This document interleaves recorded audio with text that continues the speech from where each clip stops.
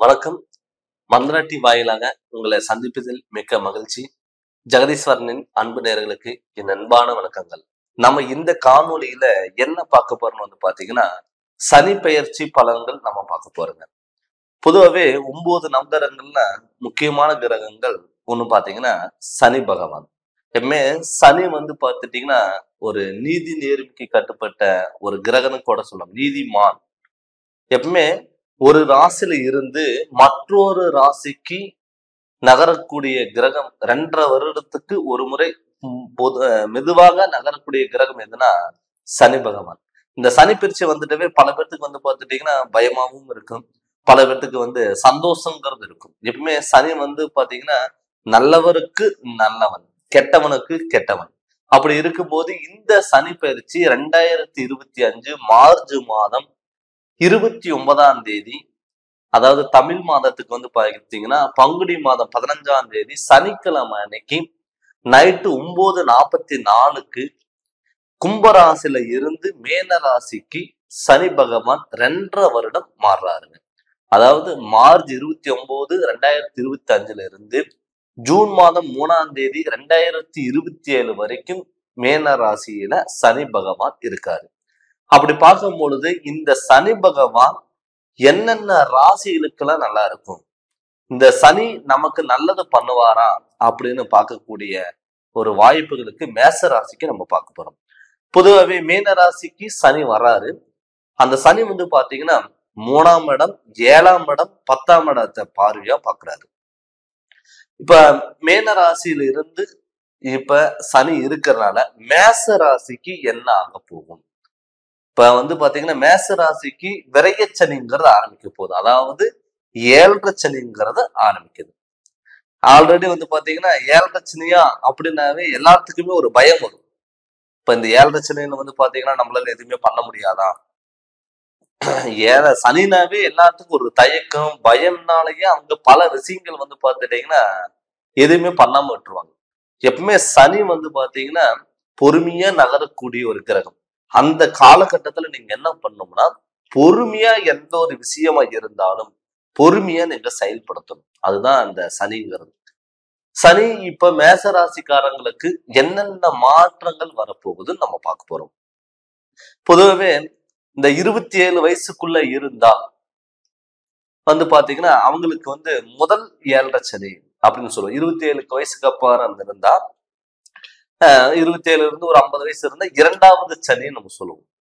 அதாவது 50 வயசுல இருந்து ஒரு 70 வயசுல இருந்தா அது 3வது சனின்னு சொல்லுவோம். அதாவது பிறக்கும் போது 7.5 சனியில பிறந்திருப்பீங்க. இப்ப 27 வயசுக்கு மேல இருந்திருந்தா அவங்களுக்கு 2வது டைமா 7.5 சனி வருது. 50 வயசுக்கு மேல இருந்தா 3வது டைமா 7.5 சனி வருது அப்படின்னு நம்ம சொல்லணும்.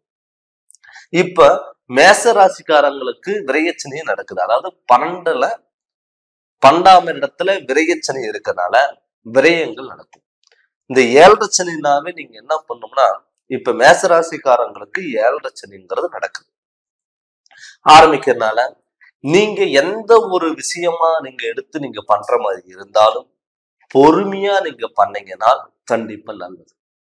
மெயினா உடல் ஆரோக்கியத்துல கவனம், தொழில்ல கவனம், வண்டி வாகனத்துல கவனம், கொடுக்கல் வாங்கல் விஷயத்துல கவனம். நமக்கு எல்லாமே தெரியும் அப்படின்னு சொல்லி முன்னாடி போய் நிக்கிறது அதை நிக்காம பாத்துக்கணும்.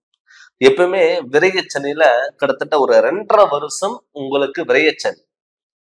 மொத்தம் 7.5 சனிங்கிறது மேசராசிக்கு 7.5 சனிங்கிறது ஆரம்பிச்சிருச்சுங்க. அந்த 7.5 சனிங்கிற முதல் பாதி விரையச்சனி, 2வது பாதி ஜென்மச்சனி, 3வது பாதி பாதச்சனின்னு நம்ம சொல்லுவோம். இப்ப இந்த 2.5 வருடம் உங்களுக்கு விரையச்சனி ஆரம்பிச்சிருக்கிறதுனால நீங்க என்ன பண்ணணும்னா சுப விரயங்கள் நீங்க பண்ணிடணும். எப்பவுமே 7.5 சனி விரயச்சனி நம்ம நடக்கிறதுனால சுப விரயங்கள் நீங்க பண்ணிட்டீங்கன்னா ஹாஸ்பிட்டல்ல செலவு விரயங்கள் பண்ணாது. இந்த சுப விரயங்கள் நம்ம எதுல கொண்டு போய் நம்ம போடணும் அப்படின்னு பாத்தீங்கன்னா வீடு கட்டலாம், இடம் வாங்கலாங்க, பழைய வீடு ஆல்ட்ரேஷன் பண்ணலாம், வீட்டுல யாருக்காவது திருமண ஏஜ் இருந்தால் திருமணம் பண்ணலாம். இந்த 4 விஷயங்கள் நீங்க தாராளமா பண்ணலாம். எந்தெந்த விஷயங்கள் நம்ம முதலீடு போடக்கூடாது அப்படின்னு பாத்தீங்கன்னா கோல்டு மேல நீங்க முதலீடு போடக்கூடாது. என்ன கேட்டீங்கன்னா கோல்டு மேல போட்டா நம்ம என்னன்னா கோல்டு வாங்குவோம், அந்த 7,00,000 தாக்கத்தினால என்ன பண்ணுவோம்னா மறுபடியும் அதை வச்சு அடமானம் வச்சு மறுபடியும் ஏதாவது கடன் வாங்குறதுக்காக தான் பார்க்கும். அதனால முடிஞ்ச அளவுக்கு நீங்க அந்த 7,00,000 கோல்டு வாங்காதீங்க. இரண்டாவது, தொழில் மேல இன்வெஸ்ட்மெண்ட் பண்ணக்கூடாது. இப்ப 7,00,000 ஆரம்பிக்கும் போது இத்தனை நாள் சும்மா இருந்துட்டு இந்த 7,00,000 ஆரம்பிச்சதுக்கு அப்புறம் நம்ம தொழில் தொடங்கலாம், பிசினஸ் பண்ணலாம், நம்ம கிட்ட இருக்கிற அமௌண்ட் எல்லாம் எடுத்து நமக்கு அந்த சனி பாத்தீங்கன்னா பிசினஸ் மேல போட்டு கொடுத்து ஒரு ஆர்வத்தை உண்டு பண்ணலாம் அப்படிங்கிறது இருக்கும். எப்பவுமே சனி பொறுத்தளவு பாத்துட்டீங்கன்னா ஆசை காமிச்சு மோசம் பண்றவர் யாருன்னா சனி பகவான். என்ன கேட்டீங்கன்னா நமக்கு வருமானம் வருதுன்னு சொல்லிட்டு நம்ம தேவையில்லாத விலைகள் நம்ம பண்ணிடுவோம். அதனால நீங்க தொழில் மேல அதிக இன்வெஸ்ட்மெண்ட் பண்ணக்கூடாது. ரெண்டாவது, வண்டி வாகனத்துல இன்வெஸ்ட்மெண்ட் பண்ணக்கூடாது. இப்ப வாகனங்கள் ஏதாவது இருக்கு அப்படின்னு சொல்லிட்டு நம்ம பழைய வண்டி வித்துட்டு புது வண்டி வாங்கலாம், புதிய கார் வாங்கலாம் அப்படின்னா அது நீங்க முடிஞ்ச அளவுக்கு நீங்க தவிர்த்துக்கணும்.